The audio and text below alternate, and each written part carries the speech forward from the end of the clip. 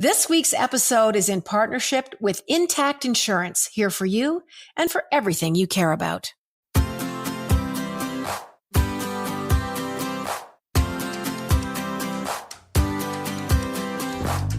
So Jann told me to do the in here. I guess this is my first time. This is the Jann Arden podcast. It's our best of 2022. Thank you for the honors, Jann. Sarah, I just feel like I talk too damn much.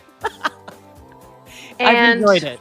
Well, ask Adam. You know, he's been here for the whole time. 2.5 years, and I talk too much. I'll ask him a question and then I cut him off. It's okay. It's also why they gave you a podcast, so it's okay. We have had so much fun. It's been fun getting to know you guys. Love it. It's been fun asking you questions about favorite this and favorite that and dating and you know, just all the stuff that I always make you guys put you on the spot about school lunches and and favorite gifts and, you know, I don't know. It's just been really great now that we're kind of coming out of COVID and seeing each other in person a little bit more.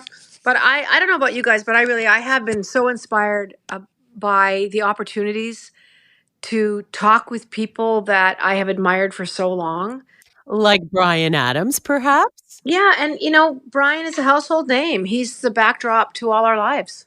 So let me ask you this before we, do a throwback to Bryan Adams being on the show a few weeks ago. What was how did it go when you were asking him to be on your holiday special, Jann Alone for the Holidays? Was that an easy ask? I knew I was going to face a little bit of opposition just because I knew he was in the middle of touring. We have the same manager, to be honest. Bruce Allen has looked after Bryan for 45 years. Bryan walked into his office when he was 16 years old and said, I want to be a rock star. I want you to manage me. I don't want anybody else. And he does tell us a story about his mother and when he decided to, go out of school. It's such a great story. But anyway, I asked the office because it's the right way to go. I don't want to put anybody on the spot that I have a personal relationship with. It's harder to say no if you can't do things. So Joe said, it's doubtful. I will get back to you because he's in the middle of a tour. A couple of days went by. I think you and I had talked. I'm like, I haven't heard anything yet. And then I think it was like the day that we were talking about it, they did get back to me. And we just had to figure out how to get him there, to fly him in and spend 3 hours. Can you get it done in 3 hours? That's what Bruce Allen said to me today. I'm like, I have never seen anything in TV take more than like 40 hours, but we'll try. We will work on it. But when Bryan heard what it was, he's familiar with the show. I don't think he's ever seen it, but he's familiar with it. And he said, yeah, I'll do it. Can I sing my new Christmas song? I think that's what maybe got him into this, because he's going to tell us like a wonderful story about how one of his daughters inspired the song that he sings on the special, right? Yeah, we'll let him tell it, but and he doesn't talk about his kids that much. He's super private. I have never seen a social media picture. I've seen a few photos of I guess his ex-partner or his partner. Nobody even knows. I don't know. I'm not going to make any guesses, but his children, I guess, are adorable. I've never seen pictures of them. I always ask him about the kids, and he's always really pleased. And I'm like, how are your girls? He said, they're so great. They're just so curious.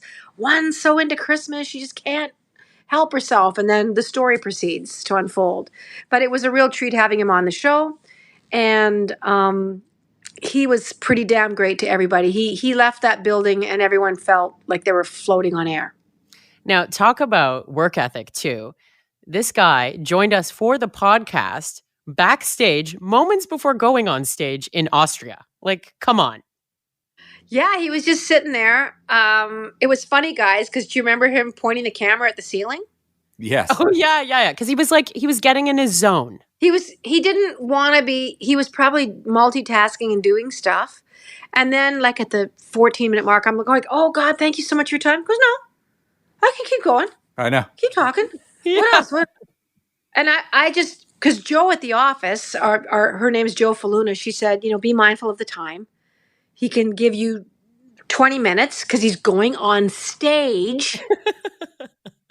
And so we were trying to just ask things, but he just kept telling us stuff and talking about his mom and talking about the girls and talking about touring. Let's let him do the talking. Let's just shut up. See, Adam? Sorry. There I freaking go again. Okay, this episode is just a few weeks back, and if you want to go listen to the full episode, there's more than what you're about to hear. Here is our little visit with Bryan Adams. I have to tell this story because Bryan very graciously said that he would fly in on half a day off, do the Jann Christmas special, and fly out to his next gig, which was in Toronto. He's doing a brand new Christmas song called Let's Get Christmas Going that is still stuck in my head. It's just one of those songs. I'm sorry. No, but you should be sorry, mister. But when he came into the studio, I'm like, well, really excited about you doing the song, Bryan. You had your guitar and everything. And you're like, I don't know it. So I just wrote it, just recorded it. So we need to write this down. And everyone was scrambling to write on the back of pieces of cardboard so that you could sing the song. Well, you know what? You put the pressure on when there's cameras there. You want to make sure you deliver. So I just needed a little bit of help. If I could have just put it on the back of my hand or something, I would have. But there's just too many damn words. It is a very wordy song. So when did you write this song? You literally said to me, I just wrote it. 3 days before. Holy crap. What sparked the song? Because, a lot of people cover the classics, but it's an original. Well, it was funny because I have a 9-year-old daughter and an 11-year-old daughter. Both of them love Christmas, but my 9-year-old really loves Christmas. And the year before, she said to me, it was around September, she'd say, let's just get Christmas going. 2 months early. And I'd say, well, it's September. You just got to hang in there. But I just want Christmas. Let's just get Christmas going. And I thought it was such a funny thing to say. I just remembered it and decided to make a song out of that. Well, it really is infectious. It's one of those things I keep telling people after the special airs, you guys are either going to hate me or love me because you're going to have this song stuck in your head forever. By the way, I really want to see the video we did together. I'm sure it's going to Bryan, it is be great. So funny. When we get off of this podcast, I'm going to send you the Jann Alone for the Holidays special. It is such a funny bit. I don't want to give too much away to everybody because Bryan is trying to sing his song and I'm just being a jackass behind him. But when you see the footage, I hope it makes you smile as much as it made me smile because everyone was so excited to have you there. It was crazy. I'm dying to see it. I can't wait. Can I ask a few dumb Christmas questions, No. if I may? So, favorite Christmas movie, Bryan, and your favorite Christmas classic song? Ooh. Favorite Christmas movie would have to be Elf. Yep. Nice. Favorite Christmas song. I like that Paul McCartney one a lot. Really? That one, I want to drive off the road whenever it comes on. Why? It's like, I don't know, maybe it's... Do. Don't do it, Bryan. I'm telling Wonderful you right Christmas now. time, by the way. Wonderful Simply Christmas time. having... See, I can't even sing any more than that because we'll have to get a license for it. Okay, I'll choose a different one then. No. Favorite Christmas song. I don't want to mention anything from our colleague at the roster because he'll hate me if I do that. Michael Bublé does not mind. Listen, the man has amassed a fortune. Let's think of something else. Favorite Christmas song. It's probably one of my Christmas songs. I'll tell you my favorite all-time Christmas song. Run, Rudolph, Run by Chuck Berry. Oh, yeah. That's a good one. They've been playing Christmas music here in Calgary since November the 1st. Do you like Christmas music, Bryan? And why are you the only artist on the planet that's never dedicated 10 tracks to a Christmas album? I'm kind of working on it. I've got quite a few now. I released one last year called Joe and Mary, which is quite fun. Oh, that sounds like right up my alley. Sounds like blasphemous. You'd like it, Jann. Over the years, I've recorded a few funny songs. I recorded one called Christmas Time, and I recorded one called Reggae Christmas. I used to do songs for my fans at Christmas time, and that's what those were. They were never released officially. They were just, we printed some 45s and sent them out to people. 45s. And somehow or another, the songs had a life, which is pretty cool. Before I let you go, and thank you very much for spending time with us from Austria backstage, as the crowd waits outside for Bryan to get out there, he's talking to us. Your mom is an extraordinary person, and she's been a huge influence on you. And I remember a time, and this is going back a few years, but your mom was following the tour buses. She was driving her own car. I just wanted you to speak to how your mom has supported you, what that has meant to you over the years, and how she's doing. Well, first of all, she's 94 now, and she's always been really supportive. You know, even back in the time when I was 15 and I told her I was leaving school, and her reaction to me was just, well, if you're going to do it, make sure you do a good job. And I told her I was leaving school to join a band. And that's when she said, yeah, if you're going to do it, do a good job. All the way through, she's always been really up for it. Even though we didn't know what was going to happen. You don't have any idea where your life is going to go. You don't know if it's going to work or it's not. No, you don't. You just follow your gut, and you have the best intentions, and you do the best work you can, and try and surround yourself with the best people. But it starts by having support somewhere, because as you probably will agree, Jann, no one can do this on their own. They have to have a team. And so in the beginning, my mother was my team. And so when I finally could start paying my rent from making music, we would just look at each other and smile, because back in the 70s, there was nothing in the fridge. So I had to go to work. Wow. You know, we went from having a lot to having nothing. And my mother was working 2 jobs. We were living in Ottawa at the time. It was interesting. We talk about it now. What would life be if I hadn't taken the path? I know there's so many unknowns. What would life have been if you hadn't said yes?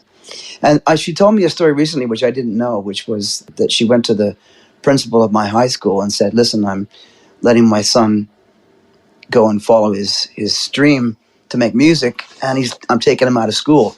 He said to her, you know what? You're a bad mother, and you're going to regret this. I said, Ma, you should have gone back and, given him a copy of the record. She said, yeah, I know. But, imagine having that lack of support with just listening to her son in her ear and just letting him go. It's beautiful. There's something so magical about encouragement. And it brings up so many memories for me, Bryan, when you talk about your mom, because I had that kind of a mom too, that was just cut from a different world. She's just like, why not you? Why not? Well, all you can do is try. I mean, what's the worst that can happen? But my mom was my true north. But anyway, your mom she's just been such a force in your life, and I'm glad that she's still here and still able to revel in your successes, because they've been so numerous. But I just want to thank you for doing the Jann show alone for the holidays. Bryan joins us, brand new song, Let's Get Christmas Going, inspired by his daughter, thanks for telling us that story, Bryan. Thanks for taking time. Jann, I love you. I love you guys. Thanks for having me on the show. I wish you all a really happy Christmas. And to everyone listening out there, Jann's just having a laugh. Wow. Well, Adam, I'm going to let you bring us into this next section, because I owe it to you. I owe it to you after 4,000 episodes on season 1. So that was Bryan Adams. What's happening? What do we got to look forward to tonight on television, Adam? Well, it's the second airing of the Jann Alone for the Holidays on CTV. So that's tonight. 9 p.m. Eastern and Pacific. Thank you. And you said that you would let me take us out because Sarah brought us in. I sure am. I'm backing away. I'm off this mic. I'm muted. Mute. Okay. How's this?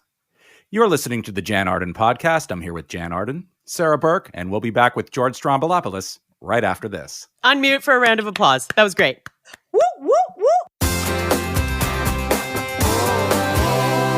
Welcome back to the Jann Arden podcast. We are doing our very best of 2022, and one of our best of was George Strombo. I don't even need to say his whole last name. He's one of those guys that goes by Strombo. Everybody knows who he is. He's a staple of Canadian television, the music scene, sports for a while there in the NHL. Didn't you call him Brittany in the middle of the episode, remember? I did. It's just like, you're like Brittany. You're like Cher. But I remember all hell breaking loose when he was going to be one of the commentators for the NHL. And I don't think people realized just how much about hockey Strombo knew and knows. I love everything about Strombo except for his love for the Habs. can't do. Well, he and I have that in common because growing up, the Montreal Canadiens were my thing. It was What Frank about and the Pete Mahovlich. Flames? Calgary didn't even have a hockey team. They had the Cowboys for a while, but that wasn't even until the 70s, I think. The Calgary Cowboys, it was a WHL team. Okay, so you're talking like original six. Yeah, I'm talking, going back to when I was watching hockey in the 60s. I loved the Montreal Canadiens. Nobody had teeth and nobody wore a helmet. And men were men. I'm surprised they didn't have cigarettes hanging out of their mouth when they were skating around. Seriously, I'm surprised that on the breaks they didn't fire up a Demorier and start skating around. Listen, I watched hockey at a time, and I'm only 60 years old. I'm young, but I remember a very brief time the goaltenders did not have masks on. Wow. I remember seeing, was it Esposito? Was he one of the goaltenders? And he was a goaltender. He had his brothers, the Esposito brothers. There seemed to be a lot of brothers. Anyway, this is about Strombo. Okay. He made us laugh, but he also made us very reflective. Hey guys, Yeah, if you go back to the episode, we're reminding you that over the holidays, if you need to take a trip down memory lane, go revisit some of your favorite episodes too. You guys had like a 40-minute discussion about music and what music means to both of you.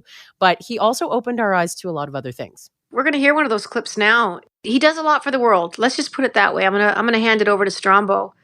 He took a trip to Syria. He has seen so much injustice. He has seen so much heartache on this planet. And he's a person that puts himself on the front lines. He doesn't just look at the news and talk about it and make comments from, a kitchen table somewhere. He actually puts his butt on a plane and he goes places and he meets people and he shakes their hand and he hugs them and he hears their stories and he comes back and he tells us their stories. And that's what great journalism is about. And, I think it's a very musical part of him. It's a very musical part of his heart, a very creative, artistic part of his heart to always want people to tell him their stories. And he's so good at getting those out of them. This is George Strombo on the Jann Arden podcast.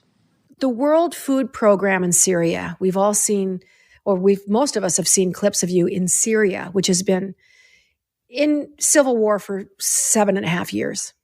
I'm just going to let you take it and just tell me about the World Food Program, what your role is in it, and some of your observations this past several months, and how difficult it's been, or how jubilant it's been to meet these people.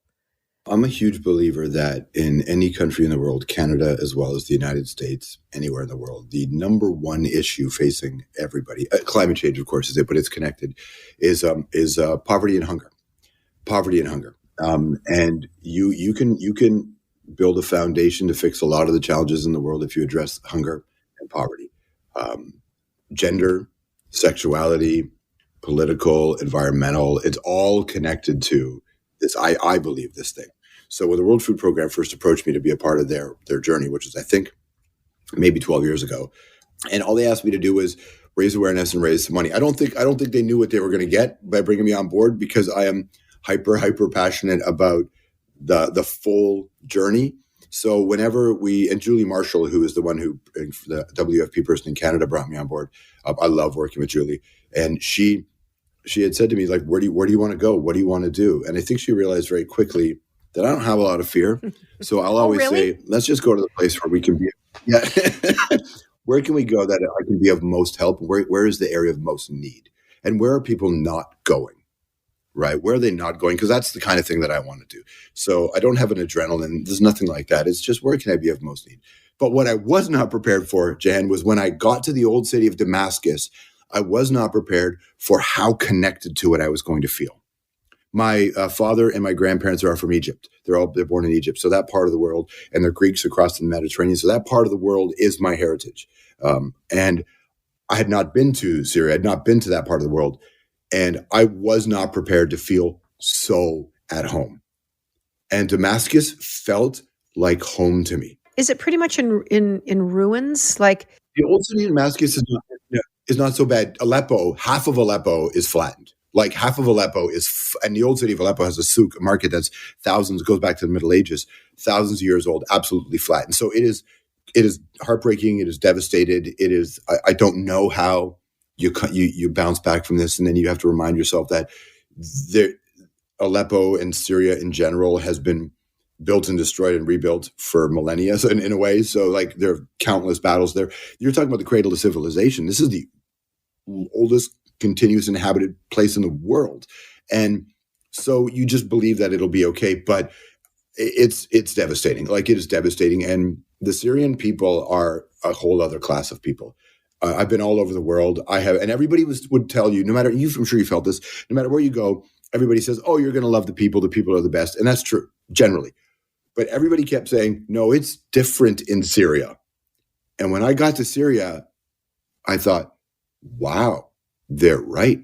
This is a whole other level. Like the relationship, the way the people are. I had an enormous, I want to shoot a movie there now. I want to go back, not just with the WFP, but I didn't feel unsafe. Is there a lot of food insecurity in Syria still? I mean, obviously, much of their agriculture has been annihilated. Their workforce, the young men have been annihilated. There's been millions and millions of people that have left Syria to find, and rightly so, that have been refugees, are placed all over the world. So what is the job of the WFP, and how did you, is it like literally bringing food in, or what was your role within that? So there are millions and millions and millions of people there who don't have enough to eat every day. Millions and millions. And you're right. I think it's something at one point up to 6 million people fled the country. So there's an enormous amount of food insecurity. There's a lot of factors, right? So there is food, like most food insecure places. That's not a famine. There's food, but no one can afford it. Then you have the inflation rate. Like the inflation rate in Lebanon when I was there was somewhere near 250%. Think of that, right? It was like, so people can't afford it's hard food. To fathom. Then you have the war happening. Yeah, the Russian invasion of Ukraine. So that affects the commodity prices. So there are a bunch of factors that are contributing to food insecurity in Syria, and then you have the remnants of conflict. You also have an enormous amount of emotional trauma. There are a lot of people missing. A lot of people died. I can't. The kids that are parentless, grandparentless, that have no siblings, that have.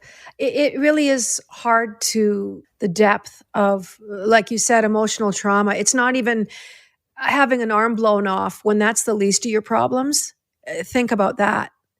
What you have to do is, I think anyway, and I think everybody has their own way of getting through it. My role was to try to raise awareness and money and tell stories. And so I would go there, film some stuff, talk to a bunch of people. And then some of it is public. Like I would post it on my social media. I would go do interviews about it. Some of it would be stuff that the World Food Program would use. And some of it would be, I would just send it behind the scenes to politicians and people who make decisions to say, hey, this really matters. This really matters. And there's an enormous population of Syrians in Canada, big population in Montreal. And honestly, I don't have to feel personally connected to an issue, a cause, a place to want to be a part of it. Because I kind of think our borders are arbitrary and we're all generally the same. So I feel like I will do whatever I can to help out. George Strombo, what brings you joy? We're going into the holidays, whether that's, I don't celebrate anything religious myself, but I love eating food with friends. What brings you joy? I love Christmas so much. What were your traditions?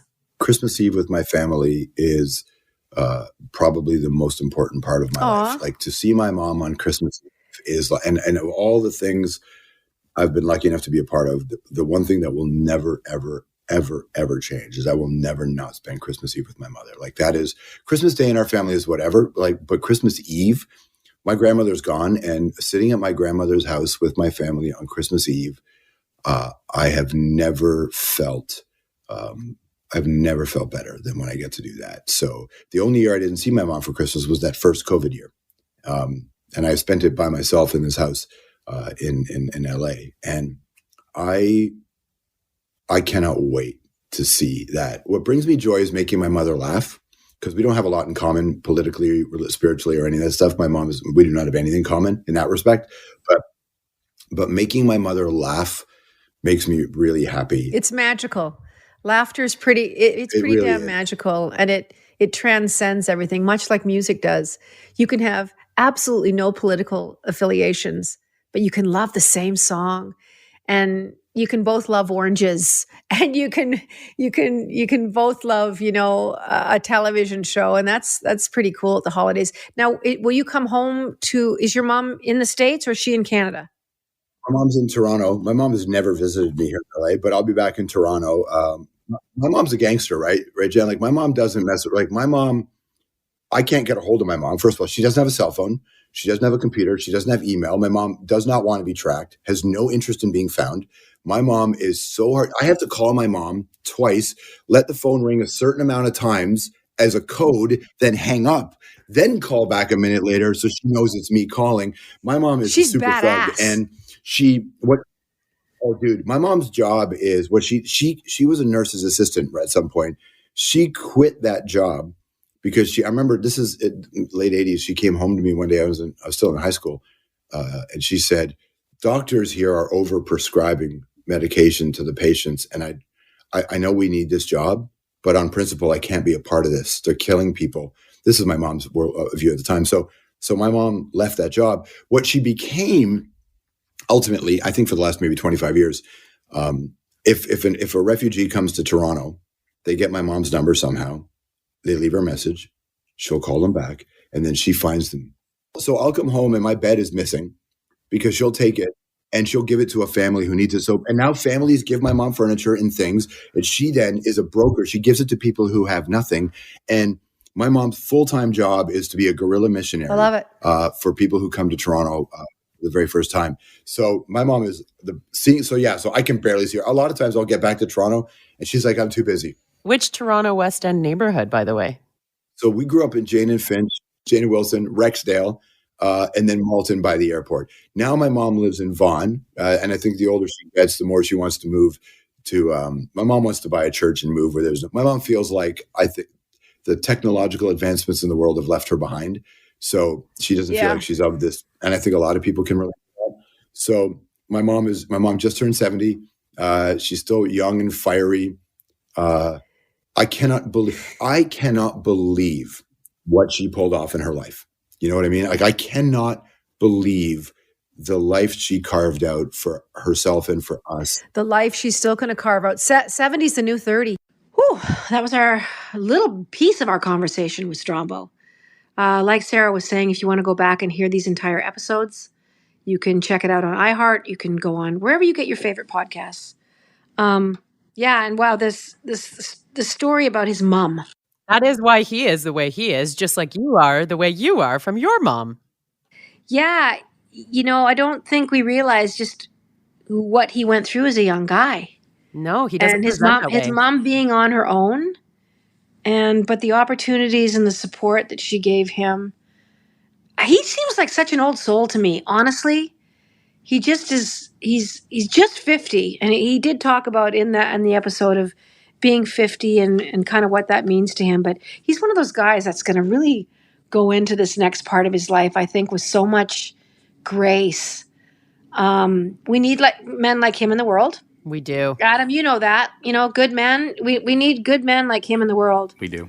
And anyway, that was our conversation with him. Coming up, guess who we're talking to? Our old pal, Caitlin Green, who's been on mat leave. And we miss her, and she's been tuning in week after week, and she loves you, Sarah, so much. Oh my God, I didn't even know her, and we've been having like 40-minute phone calls when we catch up. It's so funny. That's so great. I love her too. I think, she still interacts with everybody. I see her on Twitter responding to people and retweeting the podcast stuff and being really supportive of the show. But we really do miss her. But we're gonna catch up with Caitlin. Holiday traditions. We're gonna talk to her. Yeah. Holiday traditions. Sarah's got so many great questions. And we're gonna force her to answer all of them, whether we have to. I don't know. We're going to make her answer them. How can we make her answer them? We'll figure it out. Adam, you figure it out on the break. You got it. Don't go away, though. Caitlin Green is going to be with us. Will might be there, too. We don't know. I think Will be there. Okay. He hasn't been sleeping. I know that. I know. She's like, do you have time for a call? I can call you between 10:13 and 10:17. What? Yeah. Hey, listen, are you up for a call? I can call you between 7:01 and 7:03. okay, yeah, that'll work fine for me. No, literally, do you have 1 minute? Yeah.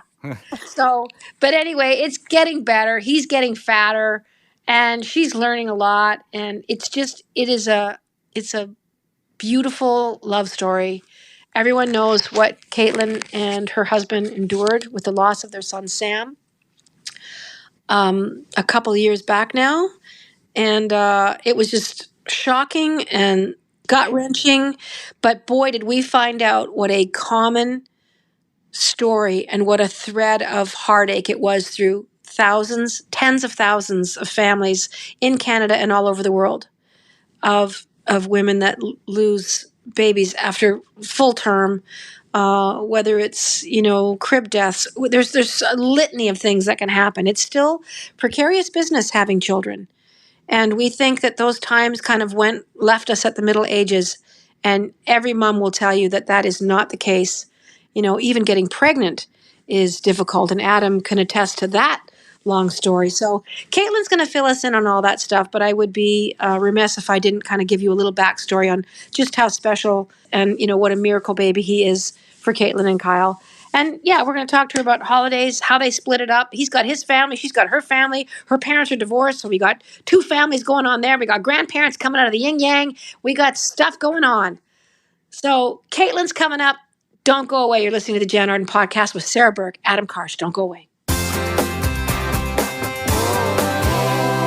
Good morning. Good morning, Caitlin. Good morning. I was just telling Jan how nice your hair looks so great, considering that it's so early in Vancouver. Whose hair? My hair? Yeah. It's very tousled. The check is in the mail. I'm just putting a tea bag into, what do I got here? Vanilla bourbon tea? Oh, no. Since when do hotels have vanilla bourbon tea? I don't want that. No. There we go. We're going to sit down. We're going to get into position, as they say. Into the teabagging position? Sorry, I had to. Oh, my God. I don't even know what that is. I don't know what teabagging position. I'm so behind in my positions in what the kids are doing out there in the world. Caitlin, tell us everything. Oh, by the way, everybody, you're listening to the Jann Arden podcast. Sarah Burke is here, and Adam Karsh. And everyone's in Toronto. And Caitlin Green, who has been rearing a child. And I know you have a million stories. I'm just going to hand it over to you. Tell us everything. What's up? What's up? Well, I'm on my third coffee of the day. Yeah, have been just putting Will down before I got to join you guys. And I missed everybody and I've missed talking to adults. If I slip into a baby voice at any point today, just accept that that's what happens to me now because that's my love language. Is it? Okay, yeah. Good. Baby voice. Oh, how are you, Jan? What's going on? Do you want another little cracker? That's how I talk to people now. And the other thing you notice too is if somebody like yawns or stretches now, because I'm so used to dealing with the baby, you're like, oh, big yawn, big stretch. Like, out for dinner with a girlfriend. That was a big yawn. Yeah, exactly. She yawns. I'm like, oh, who's having a big yawn? Anyway, so this happens a lot. Is it as difficult as you thought it would be? Yes. Okay. Yeah, it is. The first few months, I'm not going to lie, are really tough. Anyone who has children, I think, will tell you that. It's a really difficult transition. And newborns, like they need so much and they don't give back a lot of feedback. It's just crying. They kind of don't interact with you like in any other way. Babies can just communicate through crying. But then they get a little older and you start getting the eye contact and the laughs and they recognize you and they hold their little arms out and they smile when you see them. And so those things make it, you're like, oh yeah, this is the stuff people talk about. Because for the first few months, you're kind of like, this sucks. Do you hate me? Do you love me? Yeah. And you're like, what did I do? I traded in sleep and doing whatever I wanted, whenever I wanted to just get screamed at by this little alien that came out of my body. What is happening? Okay, now how helpful is your husband? How is Kyle doing? He's the best. Okay, he's good. Really, yeah, no, he's wonderful. So it's very, very 50-50 and we both handle night stuff and he's very, very supportive. And so I think that's been obviously quite helpful. But even still, you're both looking at each other in the middle of the night, like, what the heck is happening to our lives? Have you learned anything new about this man you've been with for so long? No, not really. It's just more reinforcement of the same, which is that I chose the right one for me. Aw, I love Yeah, we that. have the same sense of humor too. So like we have kind of a dark sense of humor. So when things start to go sideways, we can laugh at it, which I think is important because lots of stuff goes mega sideways. And everything is so concerning at first. Like every time they do a huge throw up, you're like, is this normal? They eat a lot. Is this normal? They don't eat enough. Is this normal? It's just 50 million questions a day and a lot of guidance from other people that have children. And of course, like the pediatricians, and you need everyone to tell you you're doing just fine. Hmm. So this is baby's first Christmas.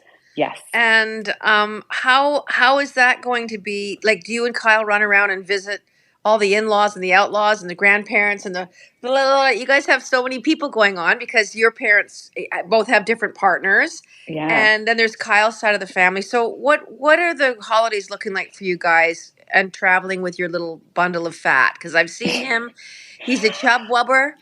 He's so And I fat. don't know if a chub wubber is an English word, but I just made it up. He is so friggin' cute that I want to put a little bit of salt and pepper on his toes and I just know. take a little nibble.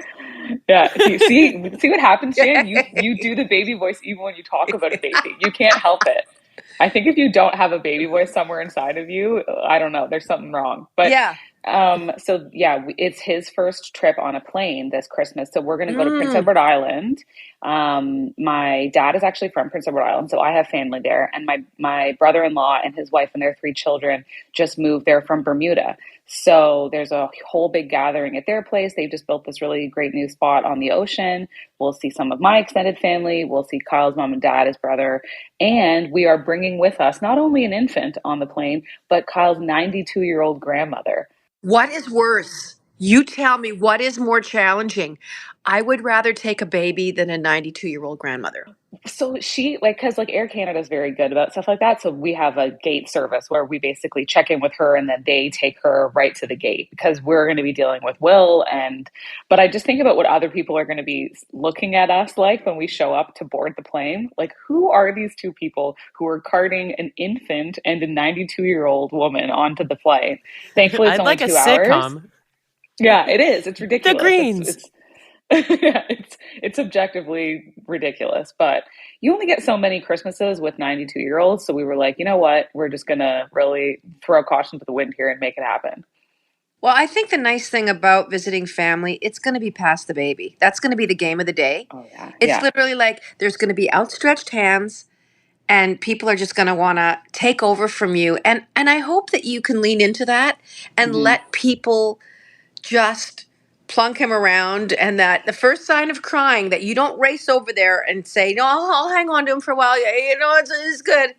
I think, I think your instincts have been so good all along, just with, all the stuff that you guys have been doing. That is the luckiest little boy in the world. I wish I was your baby. I'm going to say that publicly. I know it sounds a little weird, but so how's it been being off work? You have to, you are a workaholic. Like, you are Yeah. a person with a work ethic that's just out of this world. How's it been?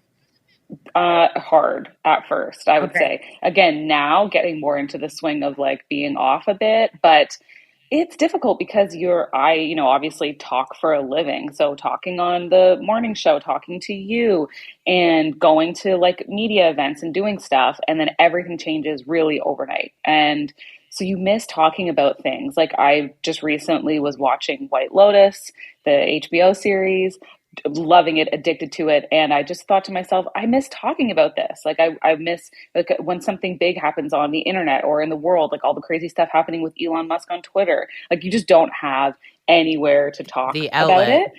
Yeah, exactly. So, and I like doing that. I really love what I do for a living, and I love talking to you, and I love talking to all the listeners on Chum. So, yeah, you miss that. It's such a huge part of who you are. Think about how many hours a day you spend working, and then all of a sudden a tiny baby arrives, and it's like, hello, now you changed 30,000 diapers, and then just over and over. It's mega repetitive. Babies are repetitive. So, yeah, that is hard. I am looking forward to transitioning back to work for sure. That'll be nice. So what does that look like for you? I mean, I don't know how this works. So the mom goes back to work, your husband works. Yeah. Mm-hmm. Do you have someone that comes in and stays in the home with Willem, or like, walk me through that. I have no idea what moms do, what families do. Well, it's lots of daycare. So, I mean, Okay, that'll probably be the plan. We're already on wait lists. Like before he was even born, you're on a daycare waiting list in that's Toronto. nuts. It's crazy. And it's still, you're still uncertain about a spot. It's very hard. Are they opting into the $10 a day plan, or are you going to be spending, $2,000 a month on daycare? It's ridiculous. So it's daycare for sure. And then my husband is going to be the one who is stuck doing mornings every morning because I leave to go to work before 5 a.m. and no daycare is open before 5 a.m. So he'll have to do the drop off. Maybe you could leave the baby at Starbucks. Yeah, they like that over there. That's what they told They me. have the staff. They surely to God they can stick him with a little headset on by the window as a goodwill ambassador. Get it, goodwill. Did you see what I did there? I did. So yeah, Kyle will be doing that in the morning, and then I'll do the pickup. And you kind of make it work. I know some friends recently, because of all the issues with daycare and so many kids getting sick and then being sent home, blah blah blah. They've actually pulled their kids out of daycare, and some are doing nannies now, or they're doing a nanny share where they share a nanny part time with another family. But yeah, that will hopefully be the plan unless something else crazy happens. And now in this weird day and age, I feel like you can't count on anything. So that's just what we'll do. Going with the flow. Yeah. It's a lot of challenges, but I think you must have realized by now, Caitlin, how strong you are, how adaptable you are. And I'm sure you guys can't imagine, really, when you think about your life before Willem, it's like, did we have a life before? Like, honey, what would we do? Would you and I just sit here and look at each other and hold hands and eat Uber Eats and look at Netflix? Like, what did we do before this child arrived? We were on a walk the other day, and I actually said, I feel like it's such a different person that has been completely replaced with this entirely new life. And so that is very much how it is. You feel like he's just only been here 4 months, but you don't even really recall what life is like without the baby now. It's bizarre. So yeah, it is really life before baby, then life after baby. And then from what I hear from other parents is that you slowly come back more and more to kind of who you were beforehand. As they fall into a schedule, you get more freedom. There was another morning show host. She has a daughter as well. And we were messaging after Will was born, and I was like, how the heck did you do it? How did you go back to work with a baby? Because they're still one when they go to daycare, and then get up at 4:30 in the morning. How the heck do you do it? And she just said, you know what? It just happens. It just falls into place with time. And all of a sudden you're going to blink and you'll be sipping a latte at the office, scrolling through emails and on Twitter, and your kid will be babbling away at daycare, having the time of their life. And it just falls into place. So I think that's what you hope for, but you don't recognize your life before now. Like it couldn't be more different. It's wild. I think it's also like really important for new moms to stay connected to that like before baby life. What have you been doing to like stay connected to those things that you love?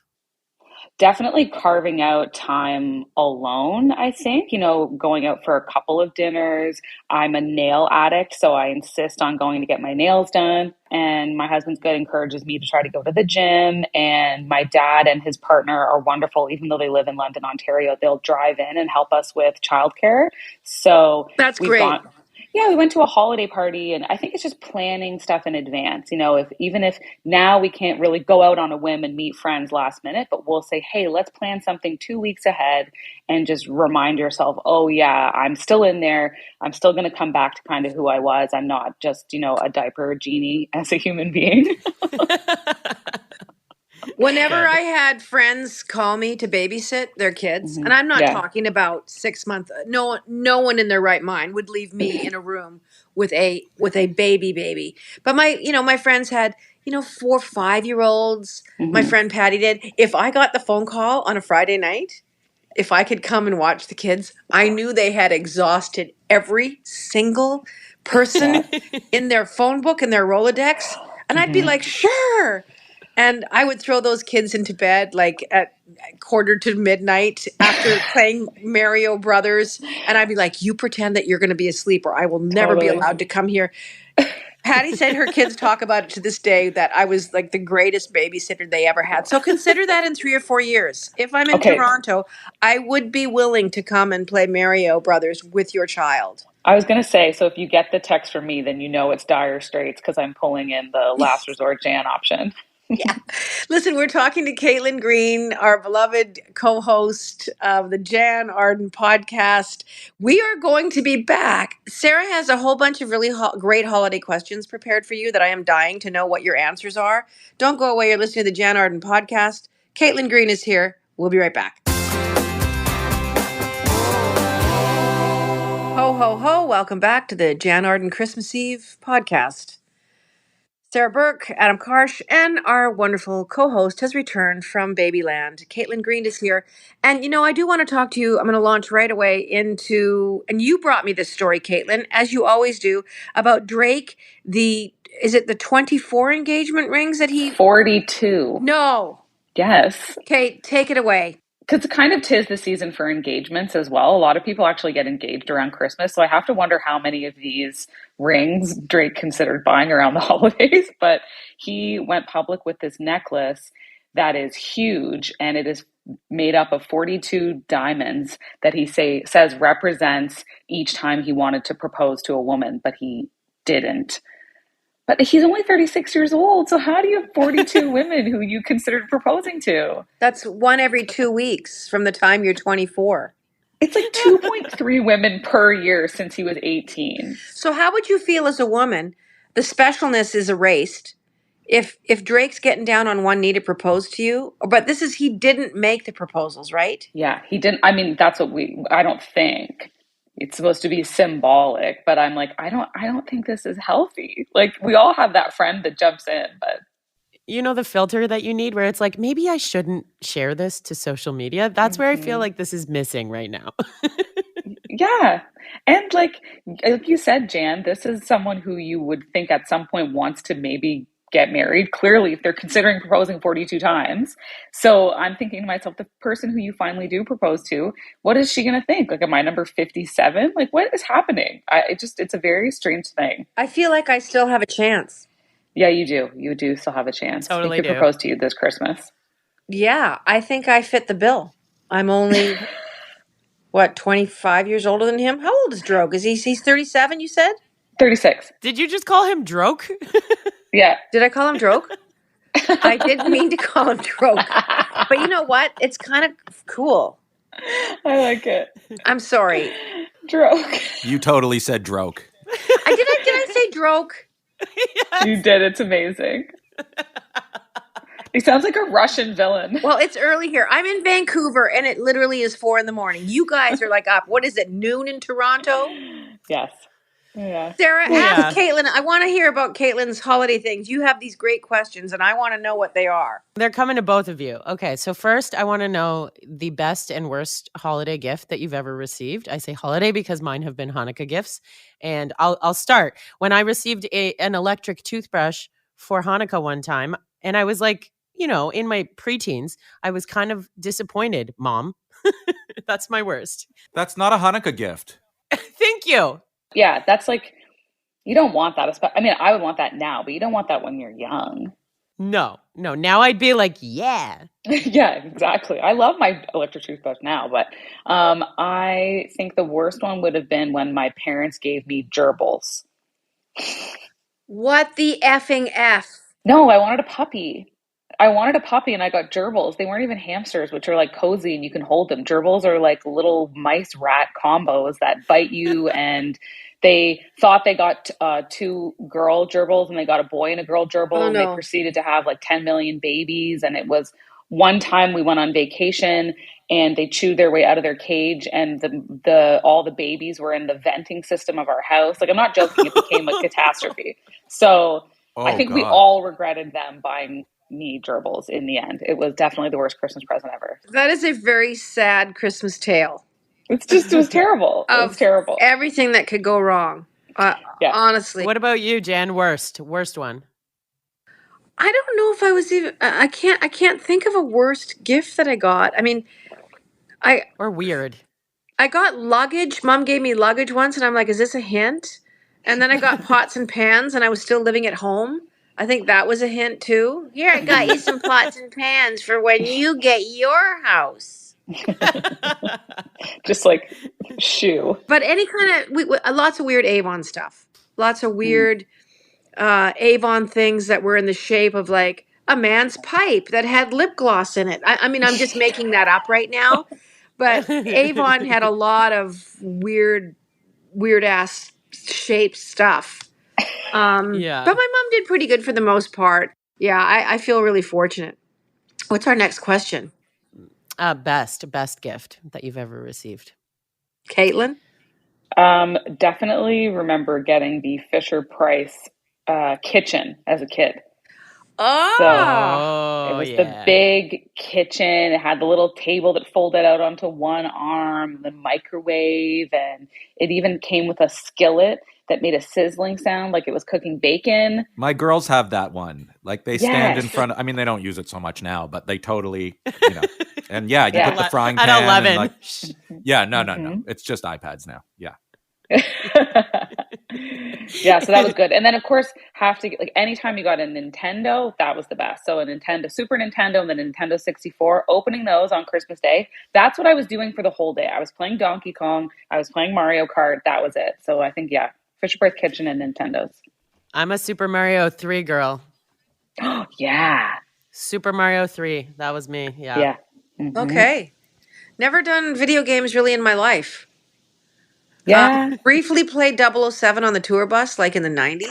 GoldenEye! That's the best! I was always just left with slapping people. I'm like, I have no gun. I can only slap them. And then at one point, none of us had guns, and we ran around slapping each other. It was like a precursor to the Real Housewives of Beverly Hills, But I think a crazy carpet. I think anything to do with outside. Crazy carpet, those crazy discs that you went flying down the hill on, those saucers. And one year I got the plastic skates that you tie onto your shoes. So they're ski skates, and they just came in a package, and you lace them onto your boots. They were so dangerous, but my friends Leonard and Dale would pull me behind a skidoo with those things on. We were winded constantly. I'm surprised I'm alive. But any kind of Christmas presents that were outside, snow stuff were my favorite. So, Caitlin, I don't know if you've wondered about this, but, knowing how much time that you've spent with Jann, especially around the holidays recording this show, I was wondering, after watching Jann Alone for the Holidays, which was very well done, by the way. Congrats. How much was inspired from your real life? Is there like a storyline in there that actually happened when you were growing up? No. Anything like that? Zero. No? Absolutely zero. It's absolutely fictional. There is nothing in the Jann show that has anything to do with my life or me. Which I love. Yeah, Wow. it's like my mom's obviously passed away, and I have a mother in that. I don't have a sister, and Zoe Palmer played my sister in the first 3 seasons. No, I can't think of anything that's even remotely. I'm so not like that character. It almost makes me uncomfortable. She's a really horrible person that's trying to redeem herself. But yeah, it's playing tonight. If anyone cares, it's the Jann Alone for the Holidays plays tonight again, a repeat performance at 9:00 on CTV. So you can tune in. Caitlin, you can put Will in front of the TV, indoctrinate him. There's your Auntie Jann. Auntie Jann. Caitlin, what are you doing tonight? Well, usually there's, lots of cocktails, Christmas cocktails. My brother-in-law has a golf simulator in his basement. And so I think that all the guys will be doing a little bit of simulator golf. Can I come? Yeah, you should come. Just come fly out to PEI. I've got simulator vacuuming at my house. Nice. That's what you want to do. Yeah. Pretend to clean. You just pretend to vacuum. It's really fun. But I don't think we have any set Christmas Eve traditions. If we were in the city, my husband and I would sometimes go for a massage together. This was pre-baby on Christmas Eve. Christmas Eve massage? Yeah, go to a hotel, you get a massage, and then we would have a tortilla for dinner. I know. Or the spa? Yeah, or the spa. This is the kind of life you live before you have children. So that won't be happening now. And it'll just be lots of cocktails, I would imagine, and snacks, and going to bed extra late because you're staying up late. I love staying up late to wrap gifts. I know people are like, I did all my stuff in advance. The feeling of like being up at 11 o'clock on Christmas Eve, having drinks and wrapping presents, it's one of my favorites. So Aw. fun. I love that. Mhm. Yeah, So what you're telling us is you're completely unprepared and you have to go soon. correct. I bought nothing. Well, I'll be curious to talk to you in the new year about how the flight goes with the 92-year-old Yeah. and the infant, and who does better. I think Kyle's gram will be good. She likes drinks and she likes flying. So I think she's set. You get her some wine going, or she loves a vodka and Pepsi. So she'll have What? that. I know. It's hilarious. You know, what a blessing to be 92 and traveling and obviously, you know, having a great grandchild is pretty darn cool. I love the fact that you're 4 generations wandering through the airport, you know, going and spending a Christmas. Well, I can't wait for you to come back in 2023, the new and improved. Yay. She's also back next week. Just so Yes. we remember, we've got Yes. one more best of episode for the year, and I Mhm. thought we need to revisit some of your favorite moments, Caitlin. So Caitlin's actually Yay. picked Yeah. some of those best of moments that you're going to hear next week on the show. If you don't mind, that would be great. But in the meantime, I hope all of you guys, all of our listeners, I want to thank you so much for hanging out with us on this second season of the Jann Arden podcast. And we're going full steam ahead for 2023. There's never going to be a lack of things to talk about in this world. No. And but anyways, thank you for subscribing. Thank you for listening. Thanks for all your great comments. Thanks for following us on the social media stuff. Sarah Burke, thank you to you for, you know, filling in and just being so Woohoo. incredible. You know, Oh, thanks, Adam and I guys. would have just been talking about, I think, his kids and his hats Yep. for 6 months. And food. And that he was very happy in sweatpants. And that would have been I'm wearing them now. so Adam and I were very grateful. Thanks for all your work, Adam. Thank you. And Caitlin, it's great to check in, and we'll talk to you next week. Yes, you will. We'll talk to you next year. Oh, I love when you get to say that. Every year we say it's got to be better. Like, what is coming in 2023? I give up on predicting or hoping. I'm just going in neutral, taking every day as it comes. The end. And let's just leave it there. Yeah. Merry Christmas, everyone. You've been listening to the Jann Arden podcast. Happy Hanukkah, happy Kwanzaa, whatever it is that you celebrate. We hope that you have a healthy, wonderfully joy-filled, love-filled holiday season, and look after yourselves. Be easy on yourselves. It's hard being a person, and there's lots of information coming at you at any given time. Lots of things to unpack and figure out, and just try and have a couple of days here this next week where you can just take a breath, pick up a book, you know, put a puzzle together, which I hate, and and just look after yourselves. We'll see you next time. Totally do.